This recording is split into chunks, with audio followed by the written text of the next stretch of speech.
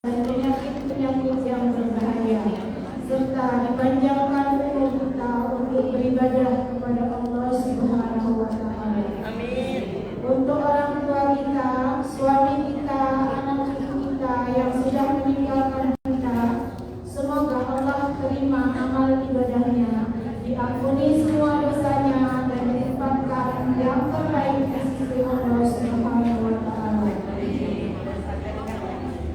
Kita doakan apabila hari ini teman-teman kita jamaah MTKI yang kurang sehat, semoga Allah angkat penyakitnya dan Allah berikan kesembuhan yang sempurna. Amin. Di antaranya adalah Ibu Yuni Saiful binti Ulana, Ananda Aura, Zaiza binti Arif Rahman, cucu Ibu Ena, Bapak Hendro Sudarso bin Sudarso Irjo Atmojo, Bapak Madinan binti Ahmad Sohirin, Ibu Berta Magdalena binti Muhammad Zaini Saleh, Ibu Basraini binti Bagindo Amir.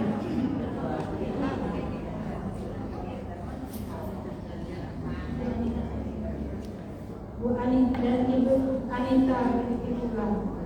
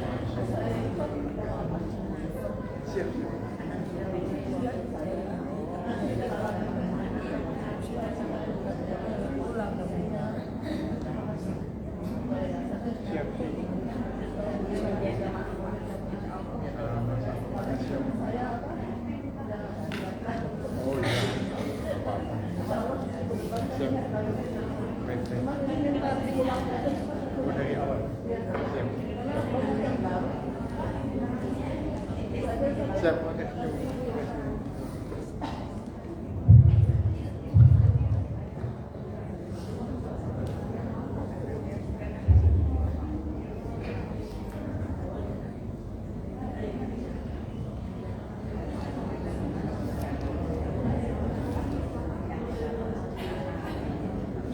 Bismillahirrahmanirrahim. Yang kami hormati sekaligus kami doakan beliau, Ibu Ketua dan semua pengurus Majelis Ta'lim kaum ibu Masjid Al-Ikhlas Duta Indah, dan kepada semua ummahat salihat, wabil khusus kepada semua ibu-ibu yang telah meluangkan waktu meringankan langkah menuju tempat ini. Beriring doa dan harapan semoga setiap jejak langkah tapak kaki ibu sekalian menuju majelis ilmu pada pagi ini Allah catatkan bagian dari catatan amal soleh ummahat di sisi Allah, dan insya Allah kelak di akhirat menjadi pemberat timbangan kebaikan kita di hadapan Allah.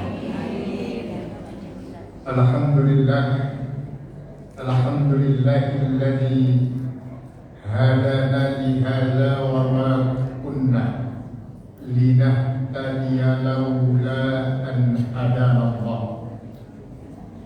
Man yahdihillah fala mudilla lahu wa man yudlil falan tajida lahu waliyyan mursyida. Asyhadu an la ilaha illallah wahdahu la syarika lahu wa asyhadu anna Muhammadan abdullahi wa rasulih. Allahumma shalli wa sallim wa barik wa an'im ala nabiyyina Muhammadin Allahumma shalli wa sallim alaihi wa ala alihi wa ashabihi wa man ihtada bi hadihi wastanna bi sunnatihi wa man salaka ala nahjihi ila yaumiddin. Ibadallah, usikunna wa iyaya nafsi bi taqwallah wa ta'ati rasulihi la'allakunna turhamun. Uhayyikunna jami'an tahiyatan islamiyah. Assalamu alaikum warahmatullahi wabarakatuh.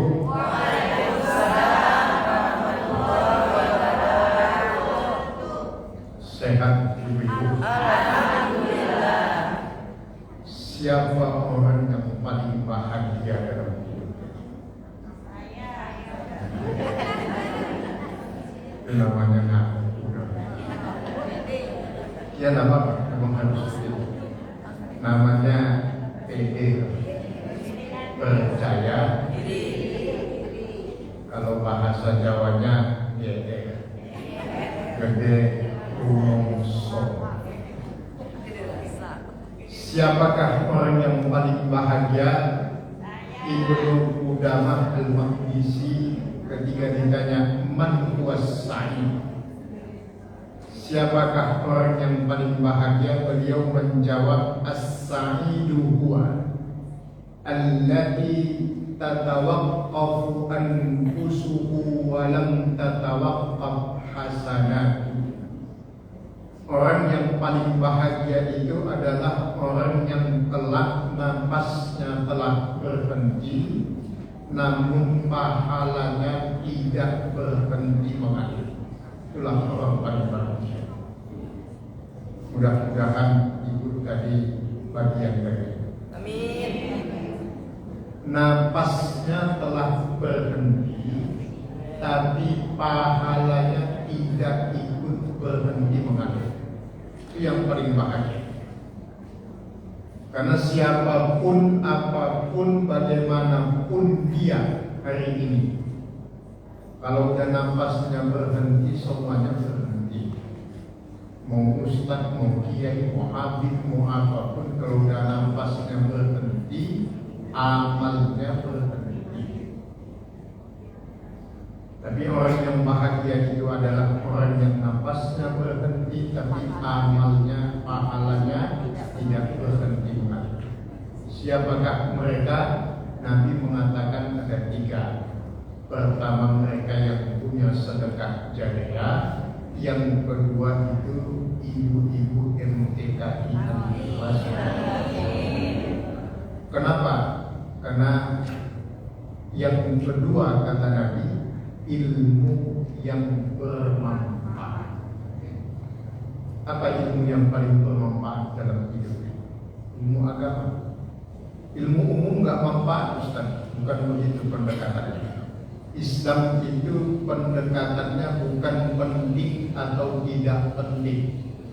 Antara ilmu agama dengan umum itu dalam Islam istilahnya fardu ain dan fardu kifayah. Kalau ilmu agama itu fardu ain, wajib bagi setiap orang.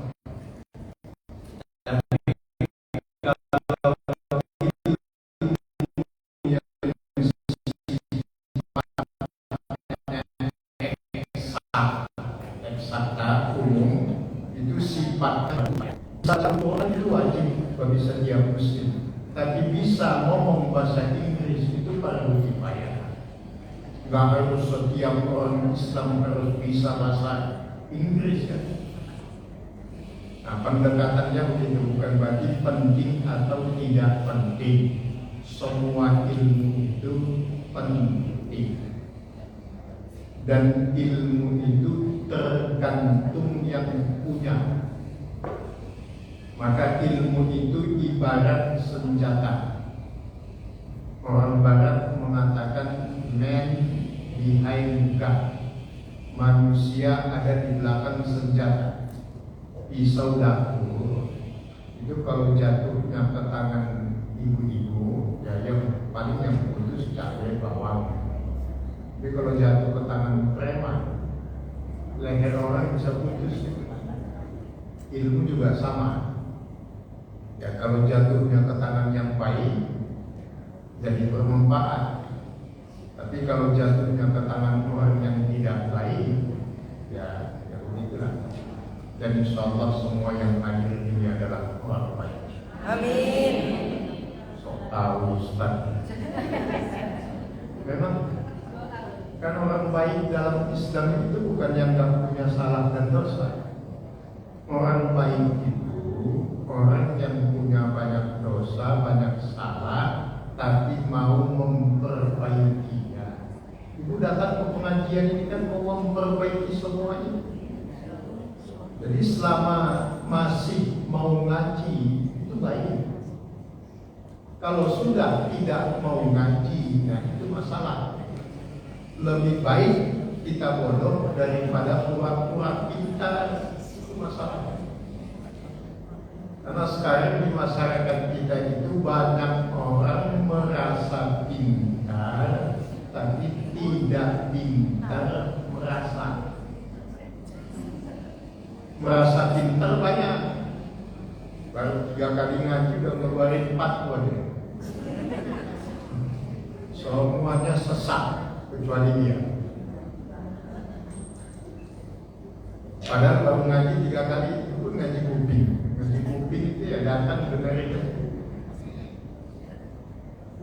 Padahal pulang ngaji dia nanya sama temannya, tadi Pak Ustaz ngomong apa? Ini penyakit di masyarakat kita. Jadi di mana-mana pengajian makin banyak, bukan makin banyak orang baik jadinya. Tapi yang makin banyak orang yang merasa baik, merasa pintar, tapi tidak pintar merasa. Nah, baik ummahat yang Allah muliakan itu sebagai mukadimah. Maka istiqomalah datang ke pengajian. Insyaallah, Bismillah, niatkan ini mencari ilmu di jalan Allah. Kebaikannya bukan hanya untuk kita, untuk ibu, tapi kebaikannya buat anak cucu keturunan kelak. Insyaallah camkan saja Ibu tulis dalam hati, kita datang ke pengajian ini dalam rangka menulis riwayat hidup, tapi nggak ditulis di kertas. Jadi kita lagi menulis riwayat hidup, tapi yang menulis malaikat. Nah, riwayat hidup yang ditulis hari ini nanti yang baca orang-orang setelah kita. Maka Nabi mengatakan salah satu tanda husnul khatimah itu kalau dia sudah nggak ada, tapi kebaikannya diomongkan orang. Telah meninggal dunia Fulana binti Fulan, yang mana orangnya? Ini yang mana? Itu loh yang tiap komunis itu pasti lewat depan rumah kita, Pak. Yang mau ngaji ke Al-Ikhlas. Oh, yang ini. Itu tanda husnul khatimah dia. Kalau dia masih hidup, kebaikannya diomongin orang, itu potensial jadi dosa. Karena kalau dia dengar, dia akan ngomong, gue gitu loh. Tapi kalau udah meninggal, udah wafat, apa yang mau dikomen? Orang mau ngomong apa aja tentang kita, udah nggak masa dua-dua. Kita udah nggak punya kepentingan.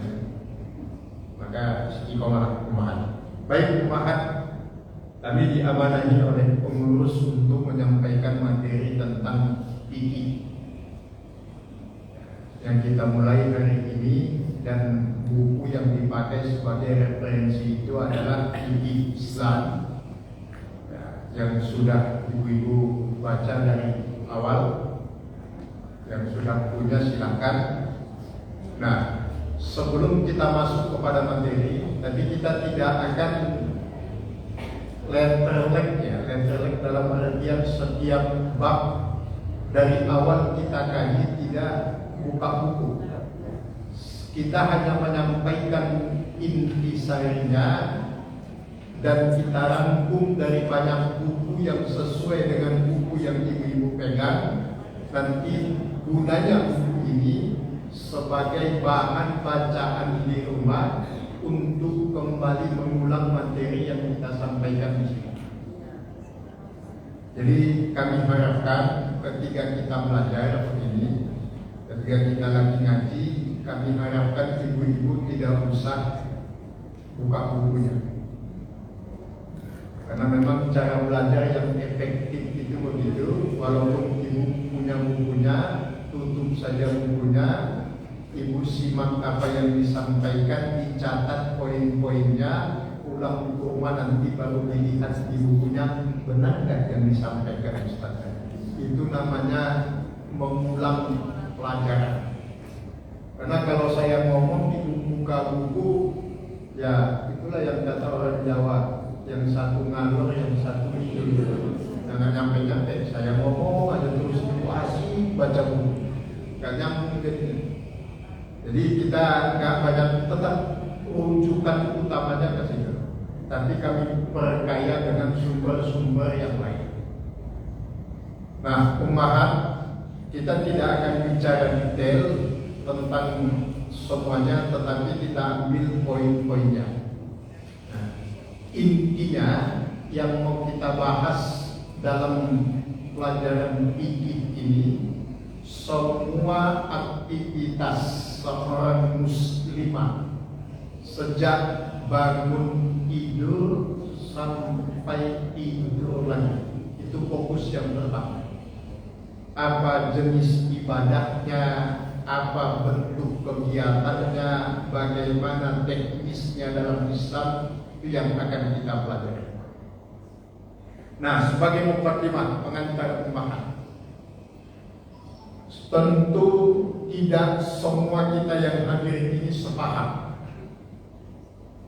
Karena fikih itu artinya paham. Jadi al-fiqhu lughatan al-fahmu. Jadi fikih secara bahasa itu ya pemahaman. Baru nanti secara syariatnya fikih itu artinya adalah kumpulan dari hukum-hukum Islam. Tidak semua kita yang hadir ini sepaham. Yang sepaham sudah selesai urusan. Yang tidak sepaham, jangan sampai tidak berangkat ngaji karena tidak sepaham. Ini catatan. Sekalipun ibu tidak sepaham dengan mazhab fikih yang diajarkan di satu tempat, tetaplah berhadir dengan niat mencari ilmu di jalan Allah dan memperkaya wawasan. Ibu tahu kenapa masyarakat kita itu sekarang itu banyak ribut tentang beda pendapat? Masalah yang pertama itu, dia itu hanya tahu sepihak, tidak tahu yang lain. Contoh, umpamanya dia kalau sholat itu mengangkat tangannya begini, dia nggak tahu itu menurut mazhab siapa. Nanti ada yang sejajar dengan pundak, ada yang sejajar dengan telinga.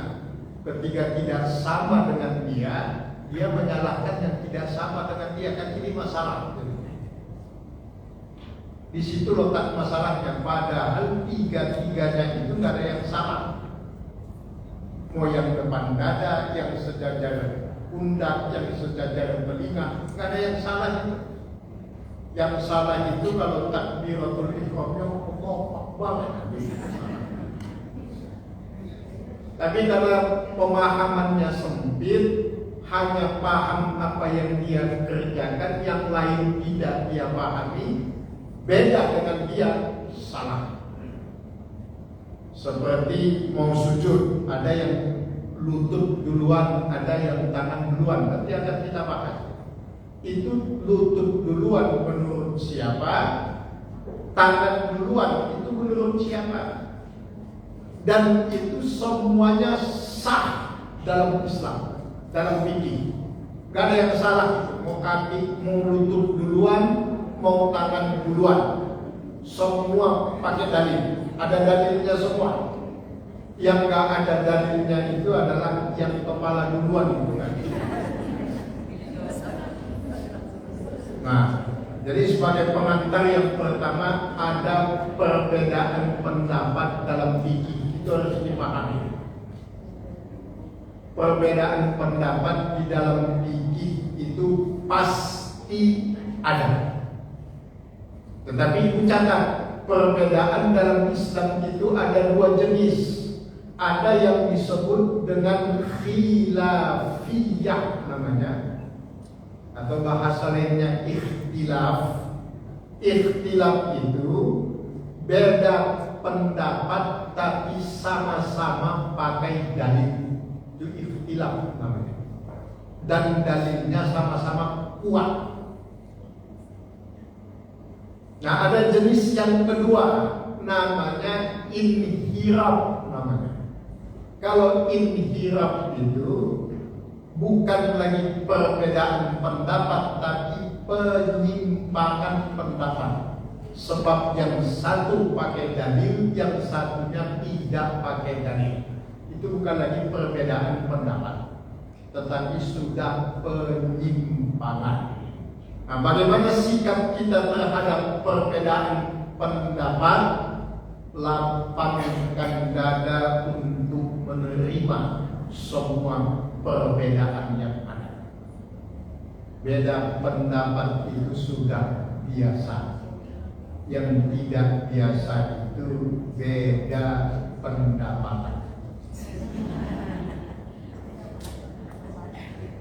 Jadi ibu-ibu di MTKI Al-Ikhlas Duta Indah tidak usah alergi dengan yang begitu. Biasa saja. Karena misi kita sebagai umat Rasulullah adalah sebagai pemersatu umat. Bukan lagi memotak-motakkan umat ini, tetapi merekatkan dan mempersatukan. Karena perbedaan itu sudah biasa dalam Islam, apalagi dalam masalah fikih. Oh, dalam masalah fikih satu masalah bisa disikapi oleh banyak ulama. yang kita kenal 4 yang disebut mazhab, padahal aslinya ratusan. Nah, kalau ribut dalam urusan fikih itu berarti dipastikan orang itu nggak pernah ngaji. Ibu catat aja, kalau ada orang yang meributkan masalah fikih berarti nggak pernah ngaji. Jadi kalau masih ribut masalah fikih tinggal dibilangin aja, Bu, ngajinya yang jauh. Sekarang masih ribut masalah kunut subuh, kampungan itu. Subuh itu pakai kunut boleh, nggak pakai kunut boleh. Yang nggak boleh itu kunut tapi nggak subuh. Nggak boleh.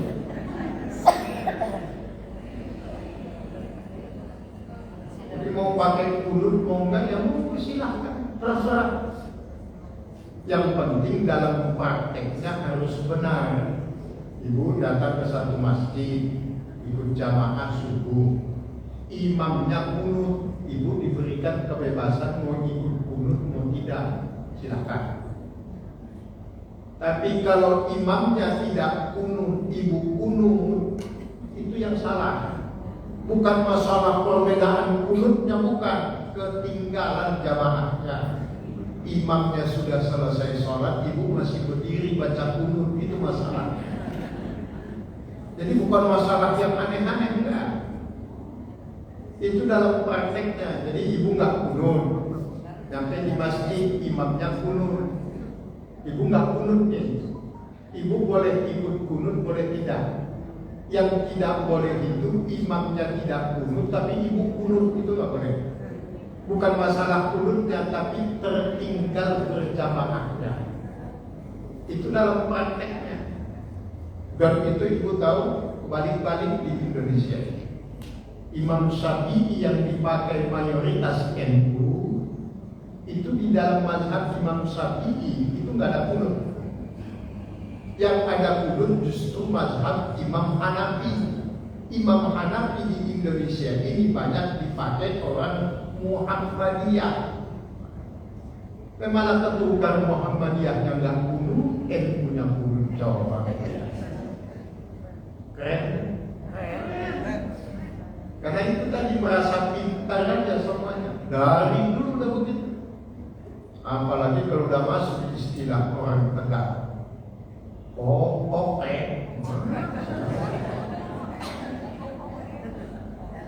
Oke inyong kunut. Pokoknya inyong nggak kunut. Mau dijelaskan sampai berbuih mulut kita, nggak ada manfaatnya. Pokoknya kalau udah ada yang pakai istilah pokoknya tinggalin aja. Karena bisa ngadapin tembok gitu namanya.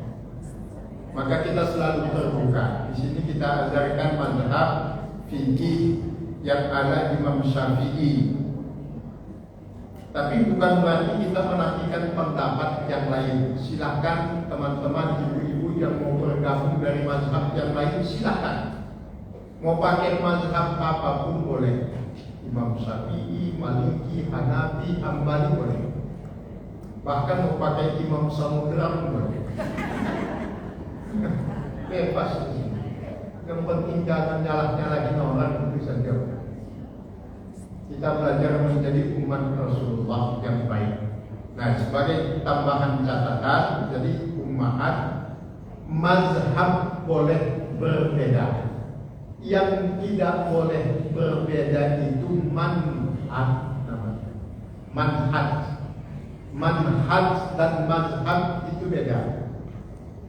Kalau mazhab boleh beda, kalau manhaj itu nggak boleh beda. Apa manhaj itu? Manhaj itu ma'alaihi Rasul was sahabat. Bagaimana Rasulullah dan bagaimana para sahabat, itu namanya manhaj. Itu nggak boleh beda. Kalau beda berarti nabinya beda dong. Yang boleh beda itu mazhab. Mazhab itu artinya pendapat ulama. Kecenderungannya dia mau ikut yang mana, silahkan. Nah, ibu nanya, kenapa harus ada perbedaan Ustaz? Kenapa harus ada perbedaan dalam Islam itu? Kenapa ada perbedaan? Semua perbedaan itu tujuannya adalah untuk kemudahan kita dalam mengamalkan Islam. Itulah tujuan perbedaan. Makanya ada perbedaan Allah ciptakan. Ibu mau bukti? Kita buktikan. Di Indonesia mayoritas menganut mazhab Imam Syafi'i. Dalam mazhab Imam Syafi'i, jika laki-laki dan perempuan kulitnya bersentuhan, mulutnya batal. Mau nafsu mau tidak nafsu batal. Di Mekah, Madinah itu mayoritas menganut mazhabnya Hambali. Kalau bersentuhan laki-laki dan perempuan kulitnya tanpa dorongan nafsu itu tidak batal. Tapi kalau nafsu batal. Coba kalau kita tukar. Di Mekah pakai mazhab Imam Syafi'i, di Indonesia pakai mazhab Hambali. Apa enggak bubar itu jamaah haji sama umrah? Manusia sebanyak itu. Gimana susahnya mau ketutup semuanya, namanya berdesak-desakan banyak orang pasti kesenggol. Coba kalau kita pakai mazhab Syafi'i misalnya, itu umrah tawaf 7 putaran, itu nggak pelan-pelan seminggu. Namanya banyak orang kesenggol-senggol dan sebagainya kan. Itulah hebatnya Islam. Jadi perbedaan itu justru agar umat Islam ini mudah menjalankan syariat agamanya. Maka jangan kaku dalam beragama. Kaku itu ya tadi itu bahasa Tegal itu kokopeng. Yang lain salah, yang benar dia doang benar. Nah ini sebagai mukadimah dia nanti nggak kaku belajar tingginya. Karena yang kita pelajari ini, ya, ini kan kita mengajarkan satu mazhab. Nanti takutnya ada yang beda, gua langsung bersuara, tapi bukan di pengajian, bersuaranya di luar pengajian, update status, jadi fitnah nanti. Niatnya mau ngaji cari pahala malah jadi dosa. Jadi harus diluruskan niatnya. Maka kami memberikan pengantar untuk pengetahuan kita bersama, biar menjadi rambu di dalam kita belajar fikih nanti. Itu ya umahat. Jadi kalau mazhab fikih yang akan kita pelajari ini mayoritas pendapatnya mazhab Syafi'i, tetapi juga bercampur dengan mazhab yang lain. Tapi yang paling mayoritas pemahaman beliau penulis buku itu adalah mazhab Syafi'i yang mayoritas dipakai di Indonesia dan umumnya di Asia Tenggara. Jadi kalau ibu lihat penyebaran paham imam itu, Imam Syafi'i itu banyaknya di Asia Tenggara, Indonesia, Singapura, Malaysia, Brunei Darussalam, kemudian sebagian Filipina.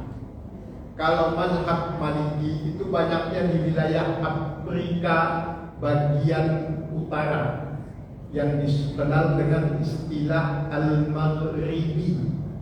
Afrika bagian utara tapi dia negeri Arab, contoh Maroko, Mesir, Tunisia, itu banyak bermazhab Maliki. Kalau mazhab Hanafi itu banyaknya Asia bagian selatan, Pakistan, India, Bangladesh, itu banyak bermazhab Hanafi. Kalau Hambali itu banyak dipakai di wilayah yang kita kenal dengan sebutan Timur Tengah, Syarqul Awsat, yang mayoritas itu negeri-negeri Arab. Dikhususkan lagi negeri Teluk yang masuk di dalamnya adalah Arab Saudi. Walaupun mereka tidak mau ngaku secara eksplisit bermazhab Hambali, tapi prakteknya itu lebih dekat kepada mazhab Jadi memang persebarannya begitu. Dan di antara 4 mazhab yang masyhur itu nggak ada yang paling benar, semua benar, karena semuanya pakai dalil dan rujukannya sama, Quran, hadis. Perbedaannya di mana? Perbedaan penafsiran dan perbedaan pemahaman. Bahasa kerennya interpretasi. Beda menyikapinya saja, hakikatnya dalilnya sama. Nanti akan kita lihat dalam pelajaran kita seiring perjalanan waktu. Jadi itu ummahan. Jadi kita sampaikan mukadimah ini, satu, biar tidak alergi terhadap perbedaan. Karena yang mau kita pelajari ini adalah pelajaran fikih. Ya, ini aja mukadimahnya kan. Ya, kita perbanyak, itu sekedar pengantar biar ibu-ibu di MTKI Al-Ikhlas Duta Indah ini benar-benar hadir di masyarakat sebagai berkat di tengah-tengah umat Islam. Jadi siapapun, apapun mazhabnya boleh ngaji ke sini. Mau Syafi'i, mau Maliki, Hambali, Hanafi, silakan. Mau siapapun, apa-apa. Mau Muhammadiyah boleh, mau NU boleh, mau PKS boleh, mau Salafi boleh, semuanya ngaji ke sini. Yang penting jangan ngacak-ngacak. Boleh, ada ilmu itu semuanya sama. Jadi jangan sampai seperti istilah di luar sana ya Bu. Itu orang-orang yang pemikirannya picik. Bu, ibu nggak ngaji. Ustaznya siapa? Ustaz Ulan. Bukan ustaz saya. Itu ustaznya yang mana? Jangan seperti yang pernah saya ceritakan di sini. Ini salah paham. Ibu-ibu nelpon, Pak Ustaz bisa ngisi pengajian nggak? Bisa Bu. Ngobrol panjang lebar. Beliau nanya, mohon maaf Ustaz, Pak Ustaz udah sunnah apa belum?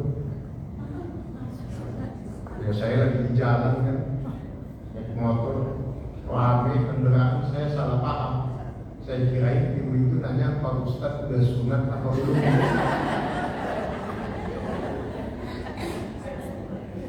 Repot kan urusannya. Jadi ada pengajian sunnah, ada pengajian belum sunnah, ada masjid sunnah, ada masjid belum sunnah. Saya baru tahu dari ibu. Demi Allah saya baru tahu dari ibu. Oh ternyata ada ustaz sunnah, ada ustaz yang belum sunnah. Kok jadi sempit ya agama ini? Dulu perasaan nggak ada yang begitu dijual. Ini sudah mengikuti sunnah, ini belum mengikuti sunnah. Padahal nabinya yang sama itu. Nabi Muhammad juga saling klaim aja. Ini Nabi Muhammad ini seandainya dia mungkin. Ini biar kita gamblang pemahamannya. Ini seandainya Rasulullah masih hidup seandainya nih. Kita tanya nih, ya Rasulullah, saya ini NU apa Muhammadiyah ya Rasulullah? Rasulullah mungkin jawab, apa itu NU Muhammadiyah? Beliau aja heran. Saya ini Salafi apa ya Rasulullah? Rasulullah juga bingung. Salafi apa? Jangan-jangan nanti Salafi itu diplesetkan orang jadi salah pikiran. Alhamdulillah kita, nggak usah ya. Pokoknya kita di MTKI Al-Ikhlas Duta Indah ini kita belajar fikih untuk menjadi berkat di tengah-tengah umat Islam. Baik, kita masuk kepada materi karena perintahnya kepada kami dari pengurus atau permintaan diulang dari awal.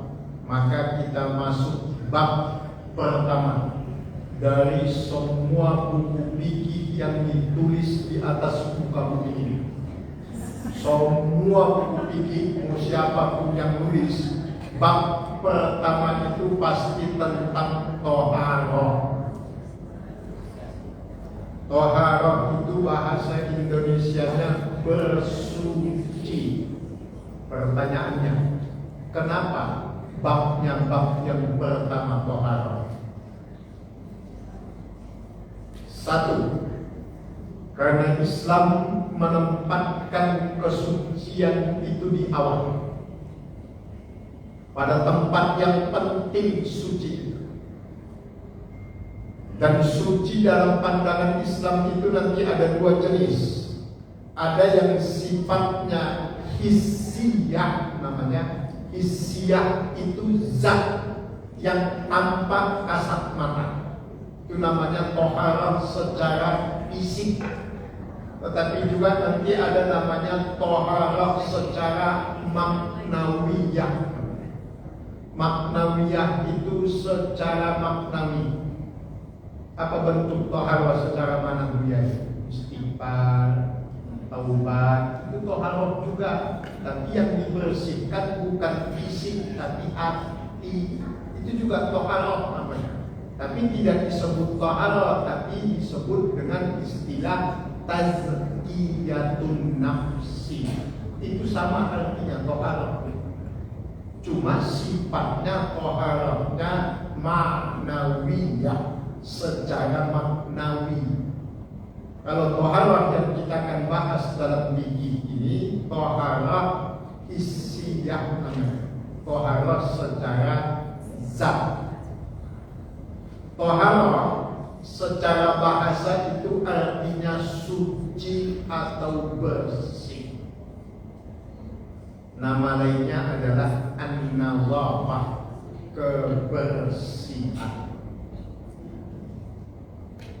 Bersih, suci.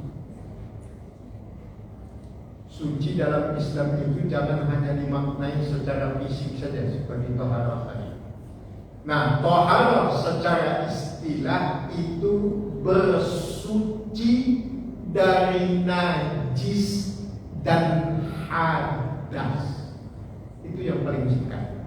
Jadi toharah itu bersuci dari najis dan hadas. Kenapa harus bersuci dari najis dan hadas? Karena najis dan hadas bisa membatalkan sholat atau ibadah lainnya. Jadi toharah secara istilah itu bersuci dari najis dan hadas. Sekarang baru kita lihat, memang beda Ustaz, najis sama hadas. Beda. Najis itu terlihat oleh mata, kelihatan. Kalau hadas itu tidak terlihat oleh mata. Itu bedanya najis sama hadas. Kalau najis itu ada bentuknya. Kalau hadas itu tak berbentuk, sebab hadas itu kondisi seseorang yang sedang tidak suci, namanya berhadas. Nah, sekarang kita lihat perbedaan najis dan hadas. Lihat, kalau najis itu membersihkannya tidak perlu niat, itu najis. Tapi kalau hadas mensucikannya wajib dengan niat.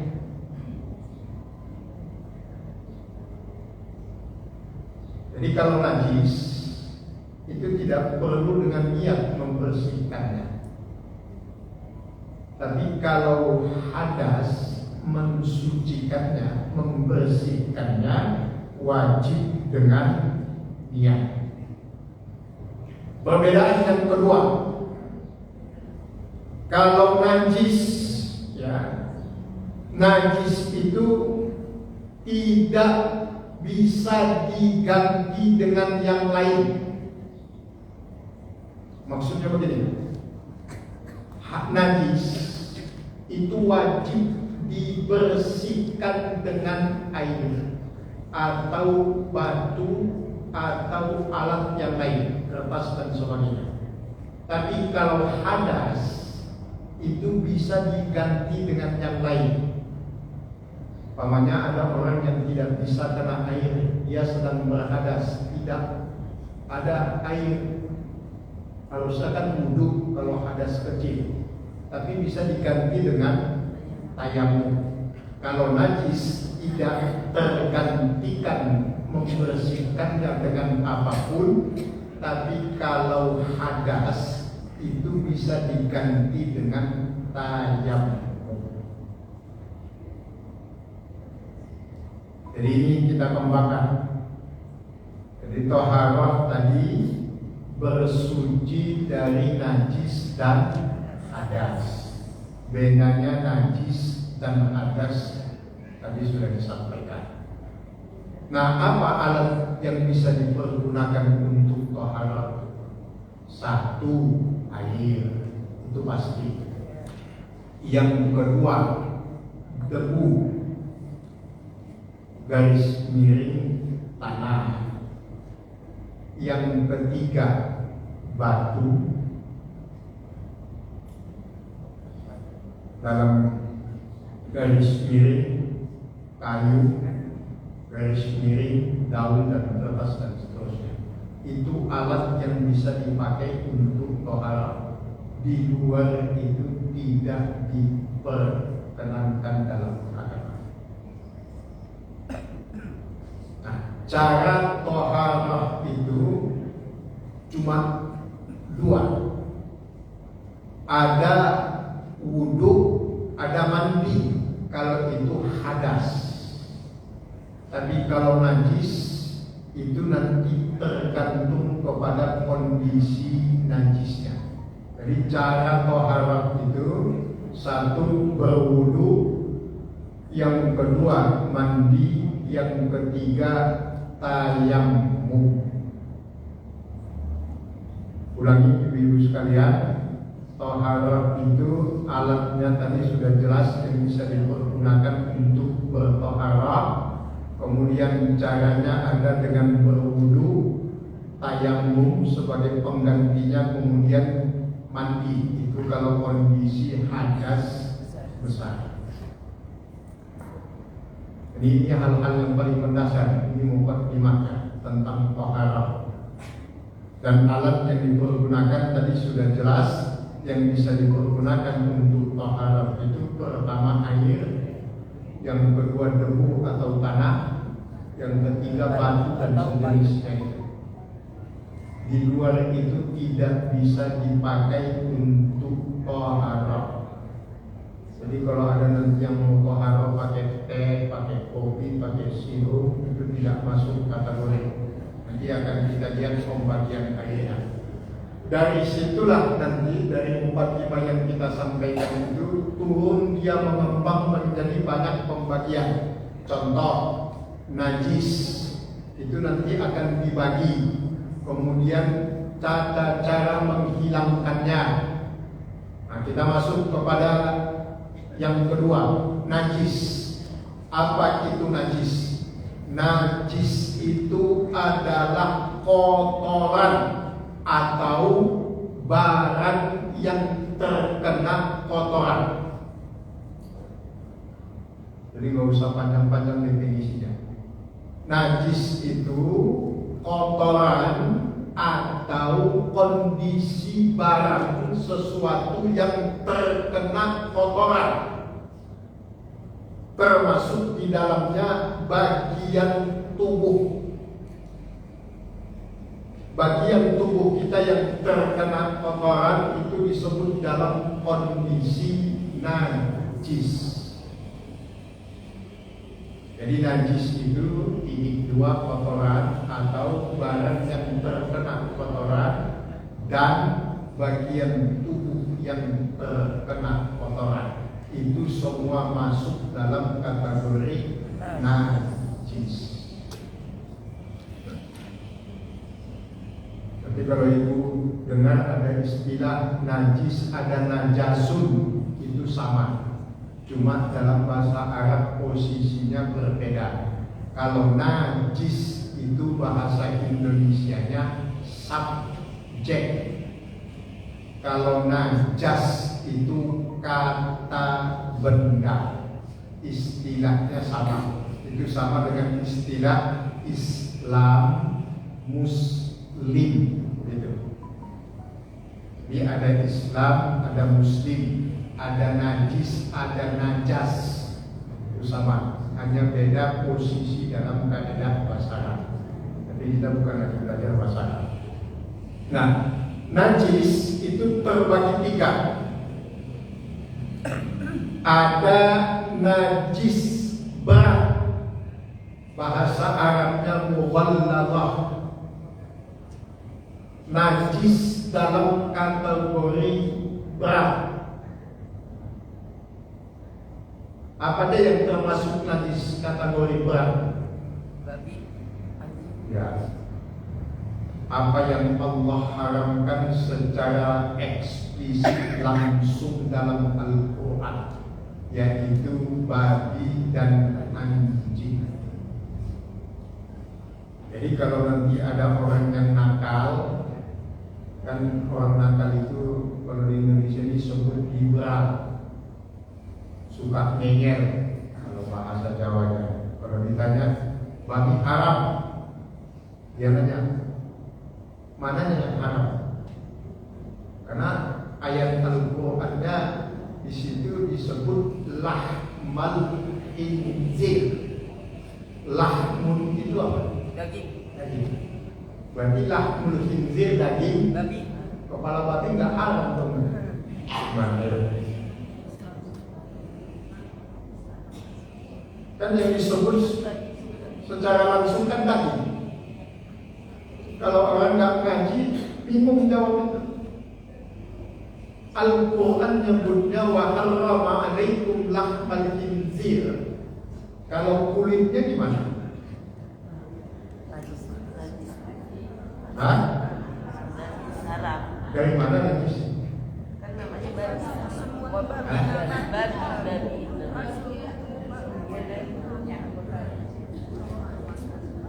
Nah itu di dalam agama kita semua ada ilmunya namanya. Itu bisa ditemukan dalam metodologi fikih namanya usul fikih namanya. Usul fikih namanya. Itulah yang disebut dengan paham mafhum muwafaqah namanya, include. Contoh, ibu temukan dalam Al-Quran surat Al-Isra ada larangan fala taqul lahuma uffin. Jangan ngomong sama kedua orang tua. Kalau orang pemahamannya yang dangkal, dia mengatakan kan ngomong doang nggak boleh, nendang boleh dong. Spesifik ayatnya begitu kalau memahaminya sempit. Kalau dia nggak mengerti kaedahnya, tetapi dalam Islam ada namanya mafhum muwafaqah, include. Maksudnya gimana? Nendang ngomong saja nggak boleh, apalagi gitu. Itu namanya mafhum muwafaqah namanya.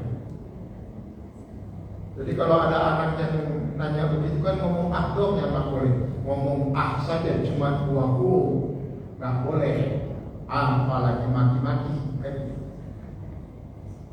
Jadi daging babi itu juga dagingnya saja nggak boleh, apalagi kepalanya. Babi itu hidup kalau ada kepalanya kan, mau ada dagingnya sebanyak apapun nggak ada kepalanya nggak bakal hidup. Dan pertanyaan itu akan didapatkan itu di masyarakat. Karena yang kita hadapi bukan orang yang semuanya ngaji. Yang ngaji cuma berapa orang. Yang ngajinya dikit, yang nggak ngajinya banyak. Ditambah lagi sekarang kondisi sosial media yang mudah mendapatkan informasi dari manapun yang nggak jelas. Jangan heran ibu, sekarang di masyarakat kita ada fenomena murtad tanpa terasa. Banyak orang yang sudah murtad tanpa terasa. Saya tes ya Bu. Mohon maaf, beri maaf. Ini pemahaman kita tentang agama yang paling mendasar. Bukan berarti merendahkan diri kita. Semuanya itu diampuni Allah kalau kita tidak tahu. Yang jadi masalah kita tahu tapi masih kita kerjakan yang jelek itu yang buat Allah murka. Kalau saya mengatakan begini, Islam adalah agama yang paling benar, Ibu setuju nggak? Setuju. Udah salah. Bahaya. Jadi ini sekarang umat ibu-ibu, cara memurtadkan umat Islam itu bukan lagi dipindahkan dari agamanya ke agama lain. Mereka udah nggak butuh. Yang mereka butuhkan biar saja dia tetap Islam, tapi pahamnya rusak tentang agamanya. Kalau ada yang mengatakan Islam adalah agama yang paling benar, itu salah. Kenapa salah? Kalau ibu mengatakan itu pernyataan benar, itu terbuka kemungkinan berarti ada agama yang benar yang lain. Paling benar Islam. Terus yang benar apa Ustaz? Islam itu adalah agama yang benar, titik. Yang lain gimana? Salah. Salah. Kalau dia mengatakan Islam yang paling benar, kemudian nanti kalau agama B gimana? Gimana ya? Ya bisa benar, bisa salah juga. Si A itu nggak bisa dalam Islam. Itu namanya sinkretisme namanya. Sinkretisme itu membenarkan semua agama, murtad. Gak bisa dalam Islam begitu. Islam benar, agama lain gimana ya? Ada juga sih baiknya, kok nggak bisa. Dalam Islam nggak bisa begitu. Dalam Islam benar ya Islam, yang lain salah. Wah, radikal. Bukan. Ini identitas, ini prinsip. Mereka pun kalau ditanya Islam itu benar atau salah, ibu tanya, mereka jawab salah. Yang benar cuma agama mereka. Negara menjamin kemerdekaan itu. Yang penting sekalipun beda, nggak usah ribut, itu masalahnya. Kan itu yang fokusnya di situ. Itulah yang disebut toleransi. Ini prinsip dalam agama kita, nggak boleh ragu. Memang kenapa Ustaz? Orang yang pahamnya begini, ujung-ujungnya prakteknya nanti ada yang sholawatan di gereja. Itu namanya bukan toleransi, itu namanya toleransi. Kebablasan itu yang begitu. Kalau dalam masalah sosial kita nggak ada masalah bermuamalah dengan siapapun agamanya apapun. Tapi kalau sudah dalam masalah akidah, nggak ada urusan. Nggak ada urusan. Dalam agama kita cuma boleh berbuat baik kepada yang beda agama dalam artian tidak tidak boleh memaksakan kehendak itu kalau orang tua kita murtad. Tapi kalau dalam yang lain harus bersikap tegas, bukan keras, tegas. Nggak ada wilayah remang-remang. Kadang-kadang di masyarakat kita ini kan ya nggak begitulah, ibu tahu sendiri lah ya.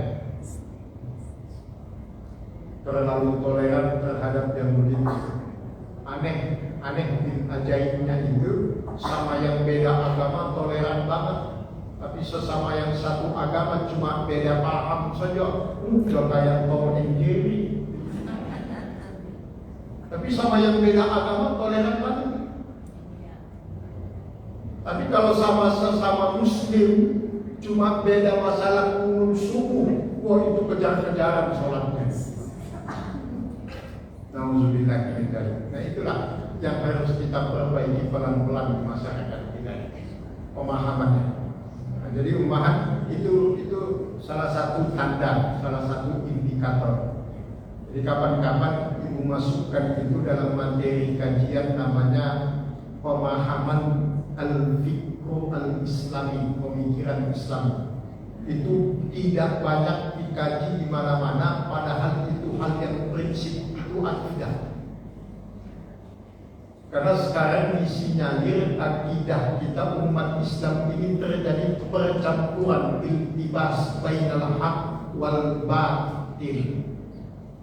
Jadi sudah bercampur aduk apa sih ibas bedal hak wal batil itu kira-kira begini. Sholatnya iyyaka na'budu wa iyyaka nasta'in. Tapi prakteknya dalam kehidupan iyyaka na'budu wa ilaihun nasta'in.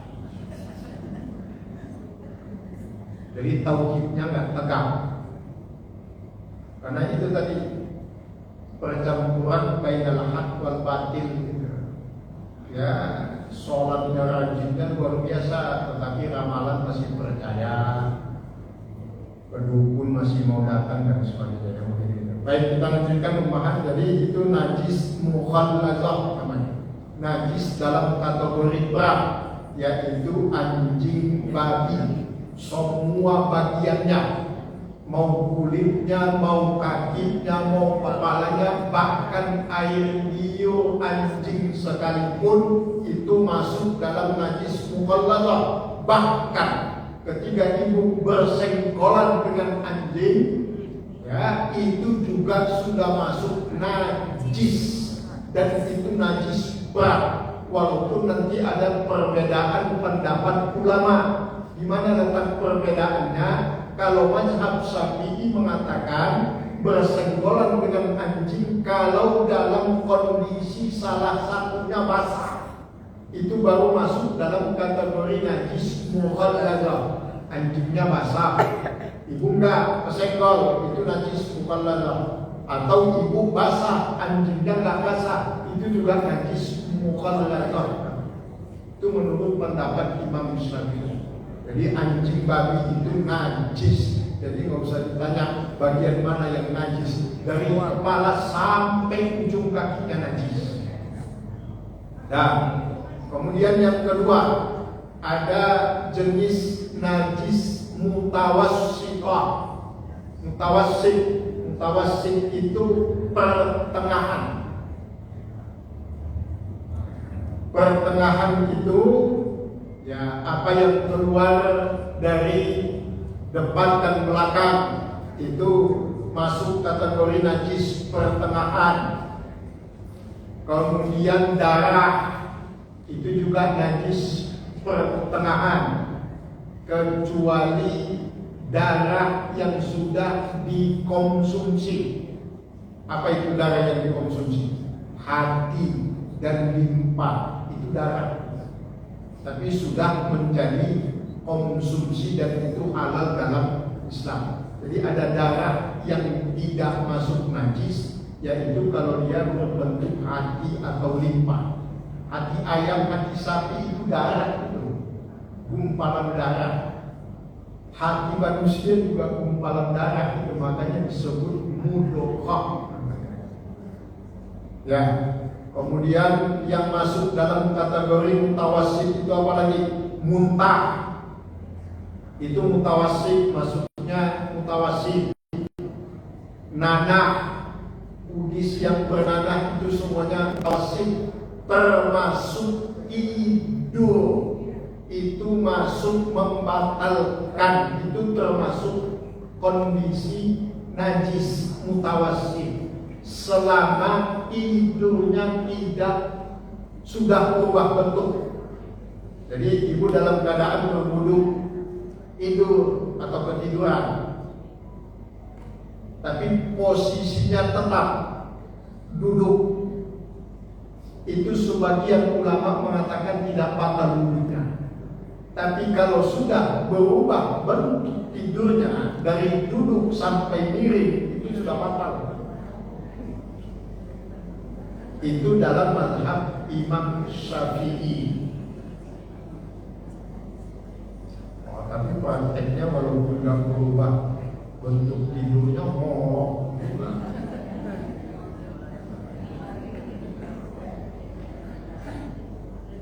nah, jadi itu kategori najis mutawassit.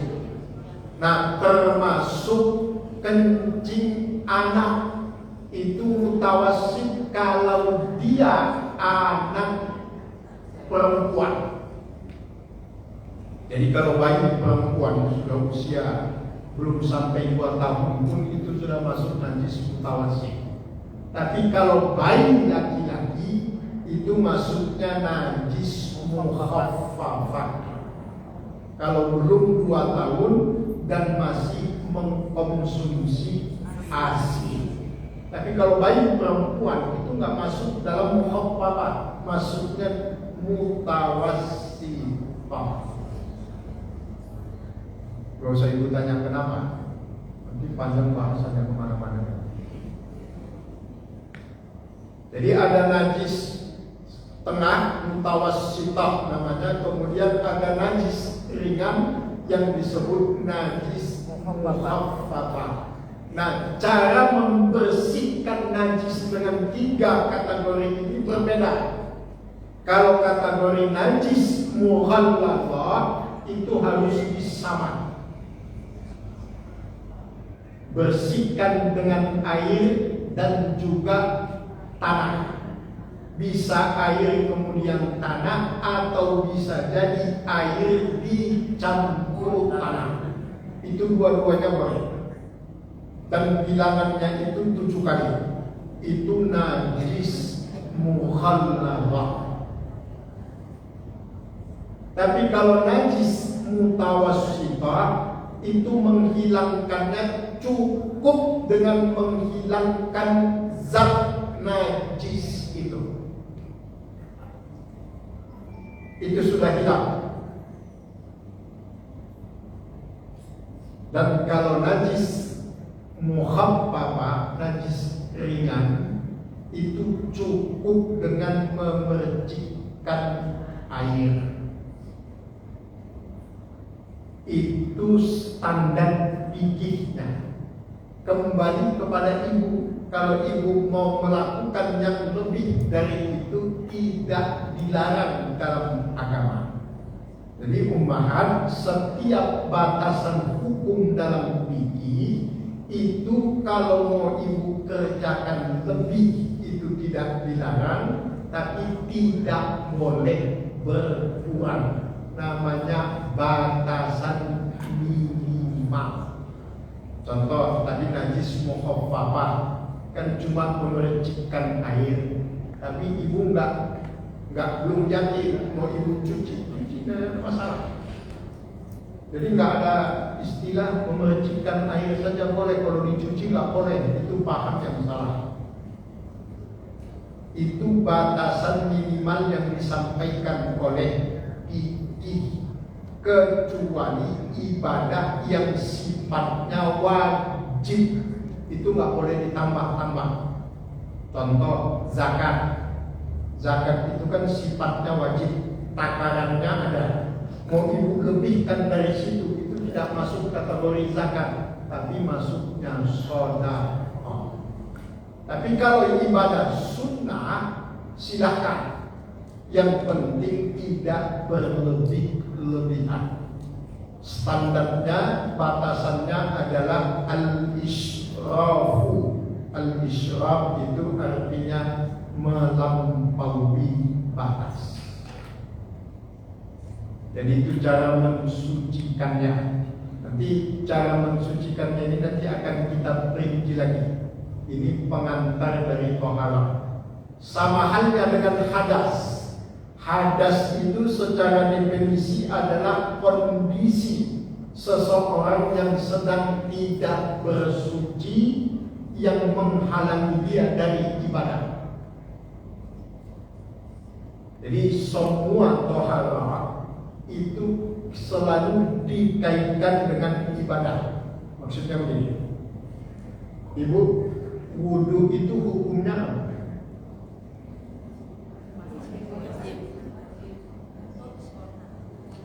Wajib, bukan titik ya, tapi koma.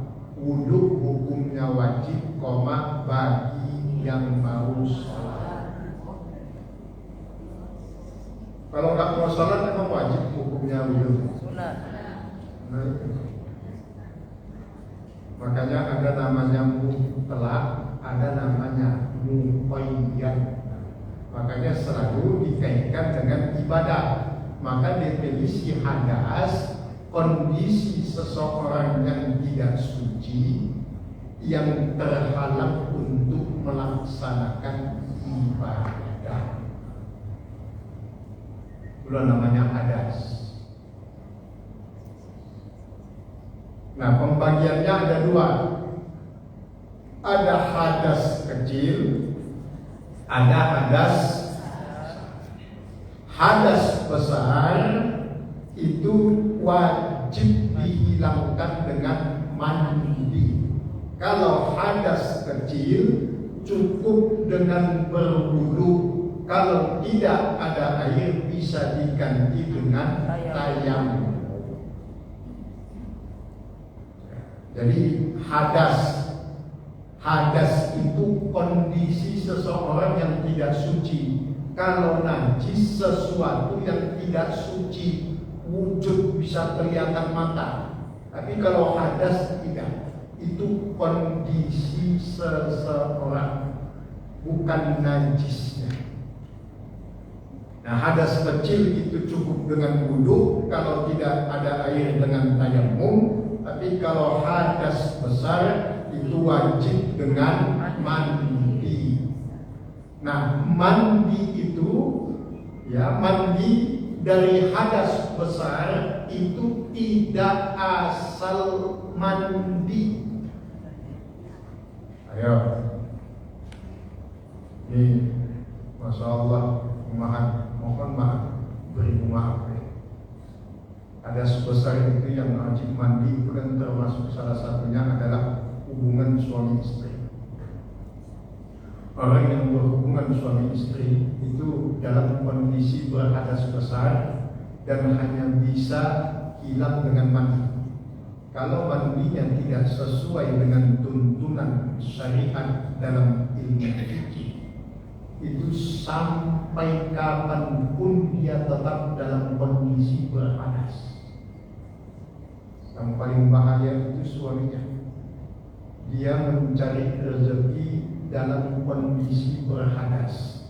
Rezeki yang dia hasilkan sekalipun itu halal, masuk dalam kategori haram, karena dia mencarinya dalam keadaan sedang berhadas besar. Itu kalau mandi besarnya tidak sesuai tuntunan agama. Satu hal saja, nanti akan kita perinci. Ini bukan musuh-musuhan, tapi fakta ini kan kita belajar fikih. Fikih itu hukum Islam yang terperinci. Apa syarat sahnya mandi besar? Itu salah satunya. Semua bagian tubuh harus dimasuki oleh air. Sekarang pertanyaannya, kondisi bagaimana bagian tubuh kita bisa dimasuki oleh air? Kalau mandi nggak bisa. Kondisi atau apa yang kita lakukan agar air bisa memasuki semua rongga di dalam tubuh kita? Wudu.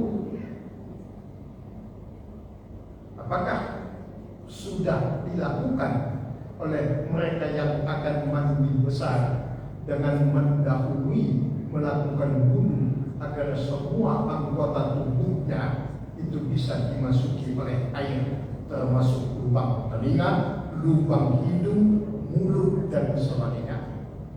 Wallahu a'lam bishawab. Husnuzon kami ummahat semua sudah tahu ilmunya tentang itu.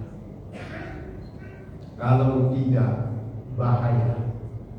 Berarti mandi besarnya nggak sah. Kalau nggak sah, berarti dia tetap berhadas sampai kapan?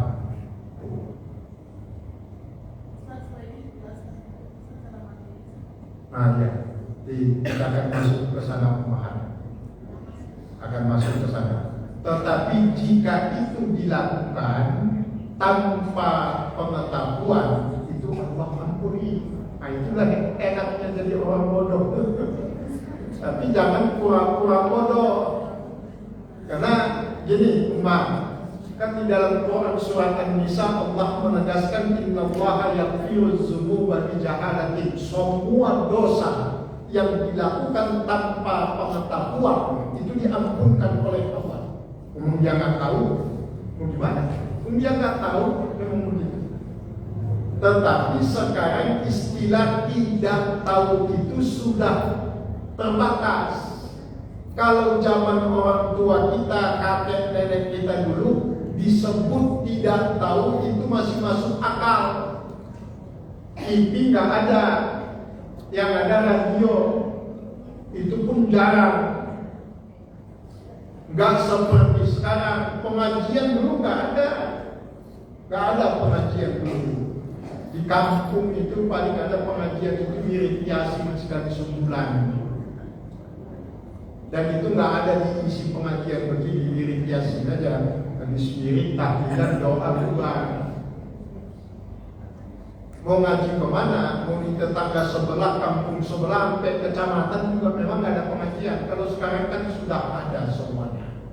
Jadi nggak ada lagi alasan ketidaktahuan itu, karena fasilitasnya sudah berbeda dengan masa yang lalu. Nah ini penting. Jadi nanti setelah ibu-ibu tahu, tetapi juga masih dilanggar, dan itu yang jadi dosa berdasarkan ayat firman Allah dalam surat An-Nisa. Bukan kata saya loh, bukan. Hati-hati, ini bukan kata ustaz loh, jangan sampai salah. Nanti salah ngomong di masyarakat, oh kata ustaz kami, enggak. Nanti saya yang dosa. Itu kata Allah dalam Al-Quran. Kita berdasarkan ayat semuanya, bukan berdasarkan hawa nafsu. Ini bukan masalah suka atau tidak. Yang suka atau tidak itu urusan Allah. Yang jelas kita terus memperbaiki apa yang belum baik. Gak usah kita malu.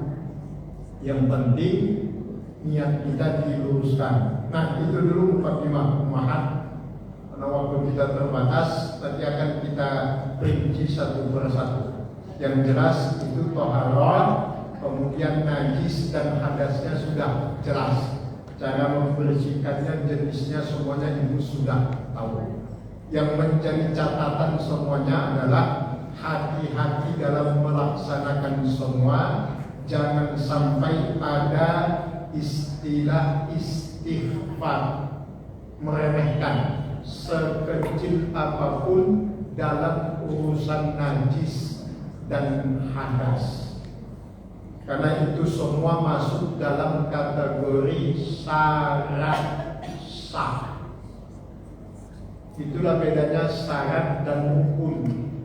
Kalau rukun itu bagian dari pekerjaan, kalau syarat itu di luar ibadah. Kalau syarat tidak terpenuhi, maka dia tidak boleh melaksanakan ibadah. Jadi harus hati-hati sekecil apapun masalah najis dan hadas. Lebih baik kita mengambil sikap berhati-hati betul. Kalau tidak yakin, lebih baik ditinggalkan. Harus benar-benar yakin. Jangan ada keraguan. Karena dalam beragama, dalam ibadah itu tidak boleh ada keraguan. Jadi masih bersih apa tidak. Kalau ibu yakin itu sudah tidak bersih, tidak usah dipakai. Tinggalkan saja kalau itu bentuknya pakaian atau apapun. Jadi ini ummahat, karena keterbatasan waktu, masih ada waktu sampai 10:30, 1/4 jam lagi. Silahkan kita perdalam dengan tanya jawab. Ada yang mau bertanya? Silahkan ibu-ibu.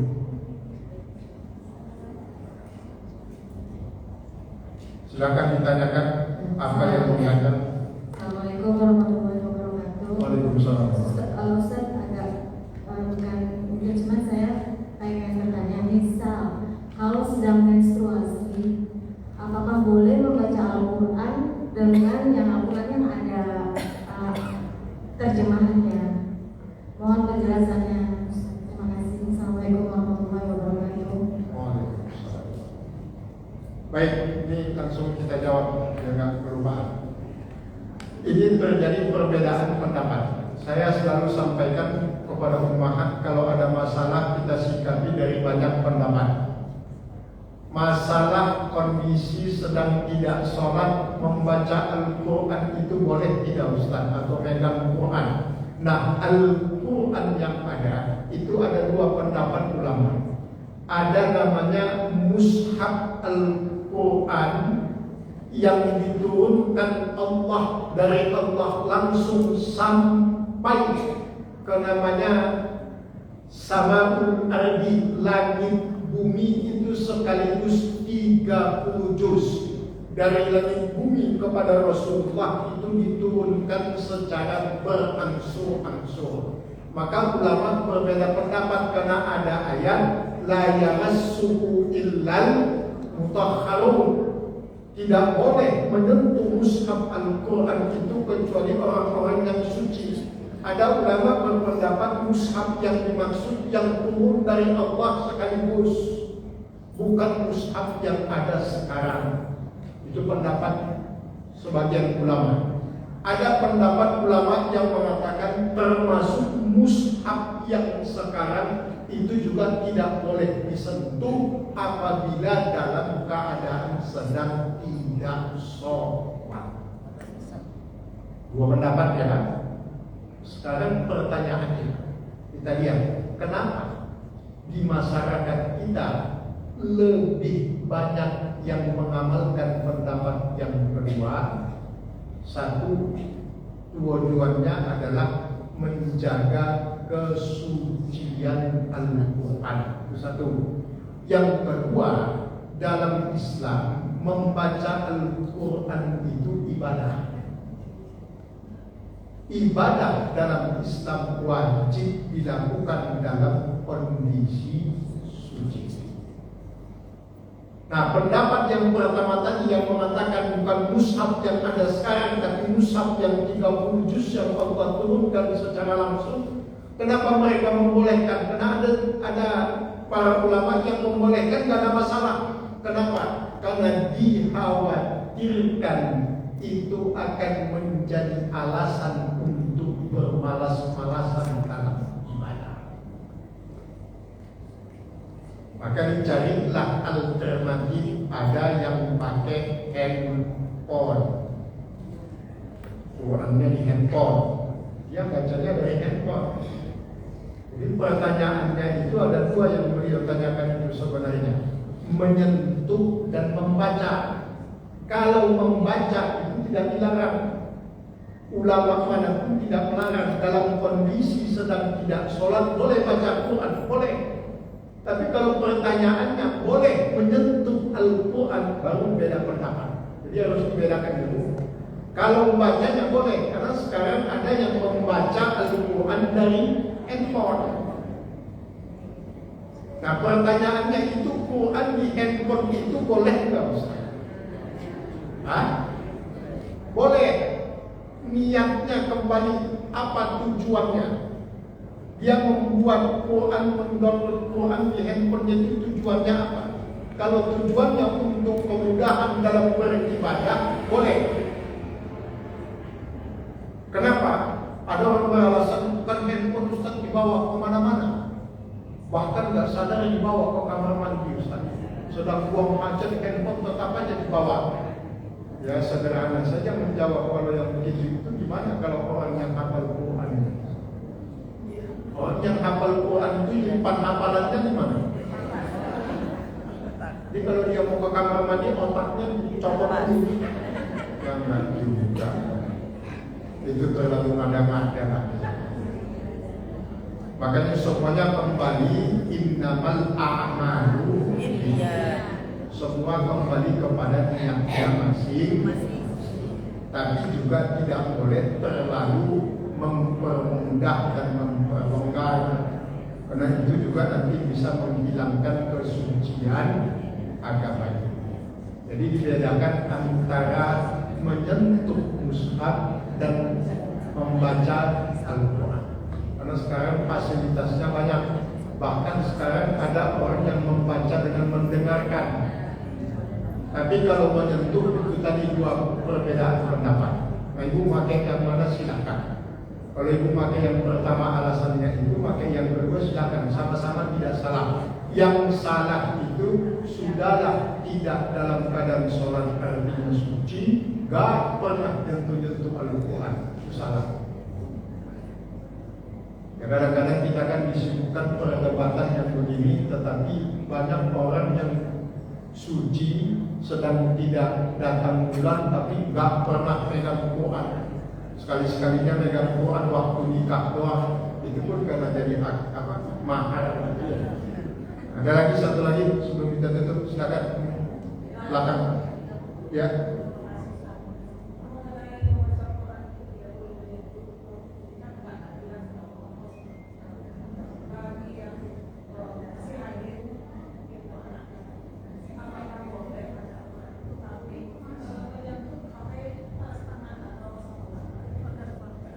Oh, pakai alas gitu. Dia dalam keadaan tidak sholat, boleh nggak menyentuh Quran dengan pakai alas gitu. Pakai sarung tangan dan sebagainya. Ya, ya. Ibu, prinsip agama kita ini, kalau ibu hafal ayatnya selalu ditekankan yuridullahu bikumul yusra wala yuridullahu bikumul usra. Itu artinya apa? Allah menghendaki kemudahan bagimu, tidak menghendaki kesusahan. Ya, selama itu tidak menyusahkan bagi ibu, silahkan lakukan. Gak ada masalah, ukurannya di situ saja. Tapi kalau sudah masuk kategori menyusahkan itu kan tidak menyusahkan dan saya ingin menjaga kesucian Al-Quran, silahkan. Gak ada masalah. Tadi menyentuh mushaf Al-Quran itu ada dua pendapat ulama. Ada yang mengatakan boleh, ada yang mengatakan tidak boleh. Dan itu semua kejadian umat harus dilihat tidak hanya berdasarkan dalil, tapi ada yang disebut dengan faktor sosiologis. Apa faktor sosiologisnya? Dulu ketika zaman awal-awal Islam, sebagian wanita Arab yang baru memeluk Islam itu belum bisa menjaga kesuciannya ketika datang bulan. Maaf kata itu banyak yang berceceran di mana-mana, tembus. Maka dikhawatirkan kenapa ketika membaca ayat suci Al-Quran mushaf itu dilarang oleh Nabi, ada hadis, karena dikhawatirkan terkena ceceran darah najis. Itu kan darah najis. Datang bulan itu bukan darah normal, itu darah najis. Secara medis itu disebut darah penyakit. Maka orang yang tidak datang bulan secara teratur itu mengalami gangguan kesehatan. Karena darah haid itu adalah darah penyakit, makanya disebut najis. Sama seperti kenapa sekarang dilarang pakai pakaian yang sampai menyentuh ke tanah. Yang kalau ibu lihat ada walimahan pakai pakaian pengantin yang panjangnya 3 meter ke belakang, itu kan dilarang dalam Islam. Kenapa? Itu faktor sosiologisnya ketika hadis itu turun. Itu kondisi bangsa Romawi yang saat itu kalau memakai pakaian baik laki-laki maupun perempuan itu berlebih-lebihan sampai menyeret di tanah, dan itu potensial terkena najis. Jadi semua memiliki faktor sosiologis hadis itu, atau dikenal dengan istilah asbabul wurud. Kalau Al-Quran asbabul nuzul, kalau hadis disebut asbabul wurud. Jadi begitu ya Bu. Kalau mau pakai boleh, yang penting jangan berlebihan sampai pakai galak. Bu, ya, silakan ibu yang di kursi. Siapa namanya? Itu ada beliau di belakang. Ada dua. Padahal saya juga mau nanya Ustaz.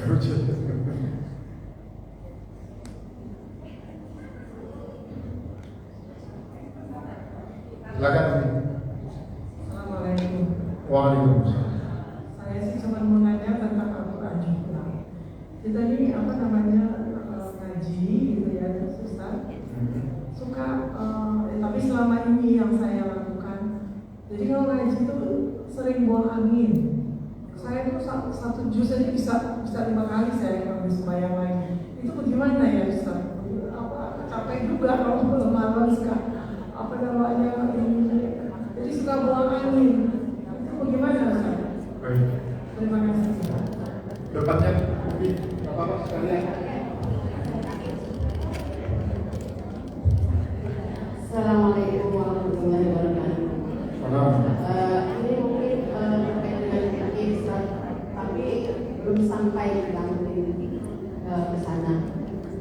Insya Allah karena ini dipakai sehari kalau ada kejadian. Misalnya gini, kalau ada yang memandikan mayit, apa hukumnya? Boleh nggak langsung menyolatkan? Atau apa harus ini hadas jenabah dulu gitu yang memandikan. Jadi yang memandikan itu habis mandi langsung nyolatkan gitu. Boleh nggak Ustaz? Boleh nggak Ustaz? Ya, siap. Kak, tadi Ibu mau nanya kan? Saya boleh tanya Ustaz? Boleh. Terakhir ya. Mohon maaf, kalau saya ini Ustaz keseharian, saya punya tetangga non-Islam, Ustaz, non-Islam. Itu rajin sekali kirim makanan ke saya. Sementara saya suka buang karena takut karena saya tahu dia suka masak yang nggak boleh gitu ya. Itu saya dosa nggak Ustaz ya? Kalau makanan itu selalu saya buang. Itu aja Ustaz.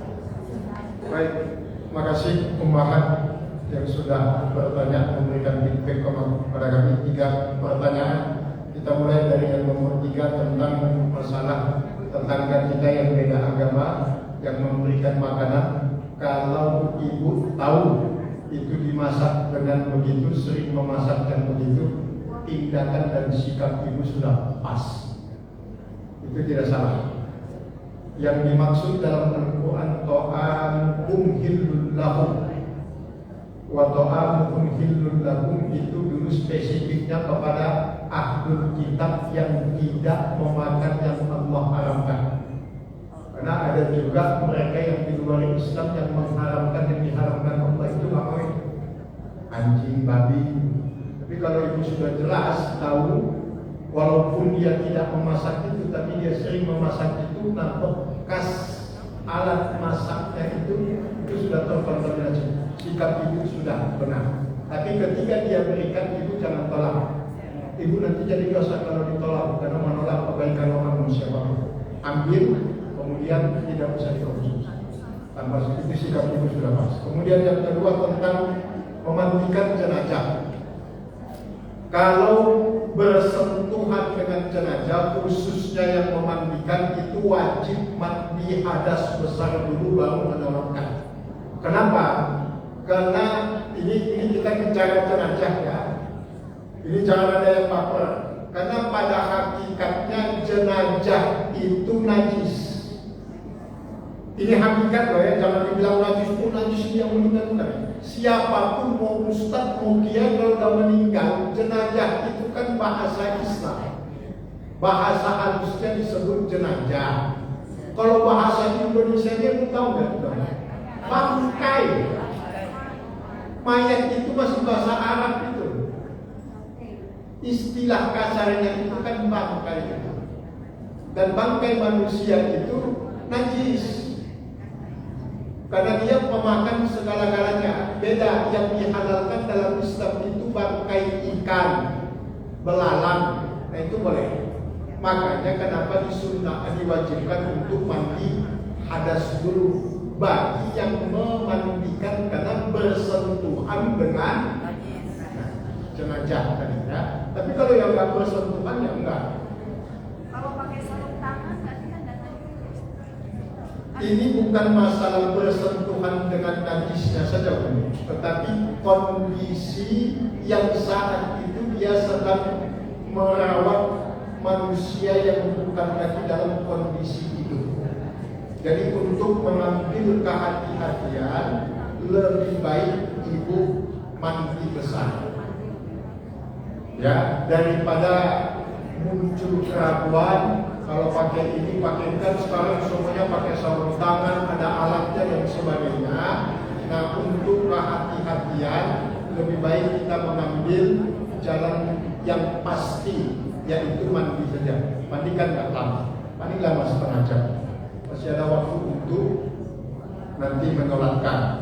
Karena kan itu tim biasanya. Ada tim yang mengapani, ada yang memandikan dan sebagainya. Itu bisa diatur, itu teknisnya. Kalau toh nggak sempat nyolatkan gimana Ustaz? Sholat jenazah kan fardu kifayah. Kalau sudah ada yang nyolatkan kita nggak sempat, nggak dosa. Jadi kita ambil wajibnya saja dalam arti kehati-hatian. Yang beliau tanyakan kalau pakai sarung tangan gimana? Sebenarnya nggak ada masalah. Tapi biar lebih ibu tenang, lebih aman, ambil titik amannya saja, mandi atas. Itu lebih aman daripada nanti raguan. Terakhir, sebelum kita tutup, pertanyaan beliau tentang baca Al-Quran sering buang angin. Disinilah berlaku firman Allah, la yukallifullahu nafsan illa wus'aha. Allah tidak memaksakan kecuali sesuai dengan kemampuan. Kalau memang itu sudah masuk kategori penyakit, nggak ada masalah. Ibu kalau pas lagi baca Quran udah 3 kali dulu, udah 4 kali, banyakkan bukunya dari baca Quran. Ya sudah, ibu teruskan aja baca Quran. Itu bukan lagi unsur kesengajaan, itu sudah faktor kesehatan. Sudah faktor kesehatan, sama seperti ibu-ibu yang sudah sepuh yang tidak kuat menahan untuk buang air kecil pakai pampers. Gak ada masalah itu. Ibu juga tak kuat buang angin terus, ya namanya sudah faktor usia. Yang masuk buang angin terus malah baca Quran nggak jadi. Ya, ibu teruskan saja, nggak ada masalah. Apakah itu masuk kategori kita tidak suci? Wallahu a'lam. Allah lebih tahu. Yang penting itu sudah bukan kategori biqasdin, dengan kesengajaan. Ya, ini kadang-kadang bukan penyakit. Udah buang angin, buang penyakit, terusin aja baca Quran, malas berduduk, nah itu yang begitu yang selesai. Padahal nggak penyakit, ya normal, tapi karena malas saja itu. Kalau yang beliau tanyakan itu kan karena penyakit. Bahkan di dalam Islam itu sudah orang yang pikun. Tapi belum sampai pikun yang begitu, pikun itu sudah tidak wajib melaksanakan syariat itu, sholat dan sebagainya, karena sudah kehilangan akalnya. Gitu ibu, enggak? Iya bu.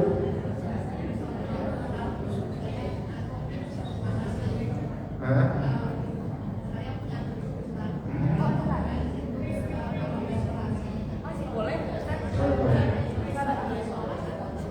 Sampai sore saya.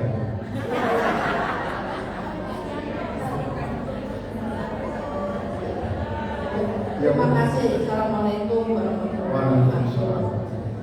Ustaz, Ya. kalau umpamanya menstruasi itu lebih dari 1 minggu atau 10 hari, itu boleh sholat nggak Ustaz? Terima Boleh. kasih. Assalamualaikum. Itu Kalau- lebih dari berapa hari batasnya? Ya, normalnya ummahat kan 1 minggu. Dilihat dulu kondisinya. Kalau itu masih darah haid atau sudah di luar darah haid. Kalau sudah di luar batas waktunya, itu sudah masuk darah penyakit, dan itu wajib tetap sholat walaupun masih dalam kondisi mengeluarkan darah. Tapi kalau masih dalam batasan haid, itu tidak masalah. Maka yang bisa menentukan itu secara pasti adalah medis. Tapi kalau berdasarkan fikihnya itu kan rata-rata seminggu. Tapi tidak semua juga waktunya seminggu. Ada yang cuma sekian hari dan sebagainya. Masing-masing orang berbeda. Ibu lihat kebiasaan yang ada pada ibu. Kalau itu sudah melebihi kebiasaan, ibu bersuci kemudian sholat sekalipun itu masih keluar. Tapi untuk merasakan amannya lebih baik diperiksakan kepada medis. Ya Bu ya. Baik ummahat yang Allah muliakan, sudah aman. Ya, tenang dulu, kita berdoa dulu. Tasnya diletakin aja, nggak bakal ada yang ambil. Baik ummahat yang Allah muliakan, terima kasih kepada ummahat semua yang telah berhadir pada kesempatan pagi menjelang siang ini.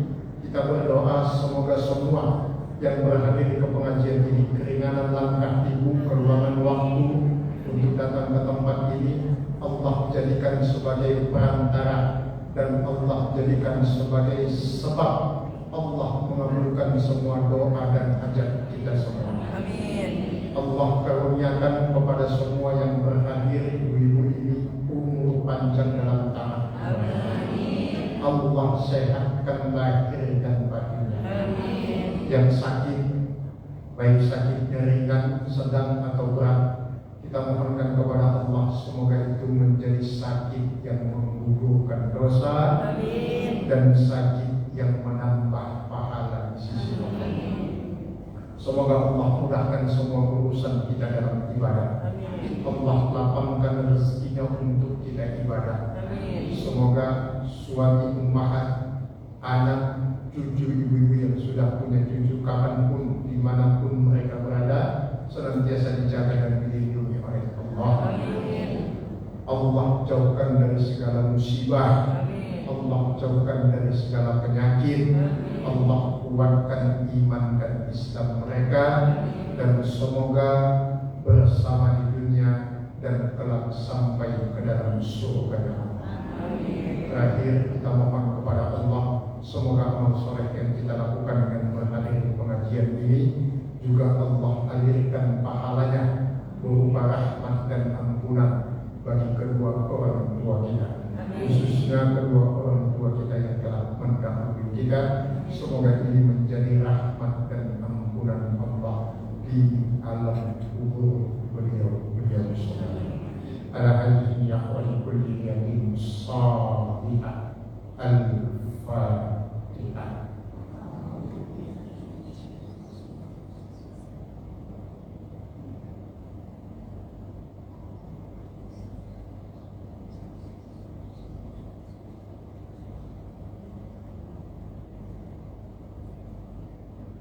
Allahumma bihaqqil Fatihah wa bimasyiatil Fatihah an tu'amilana mu'amalata ahlal khair wa nutaqbil jami'a hajatina wa tuballighu maqasidana ya farijal ham ya kashifal gham ya man bi'abdihi yaghfir wa yarham walhamdulillahi rabbil alamin.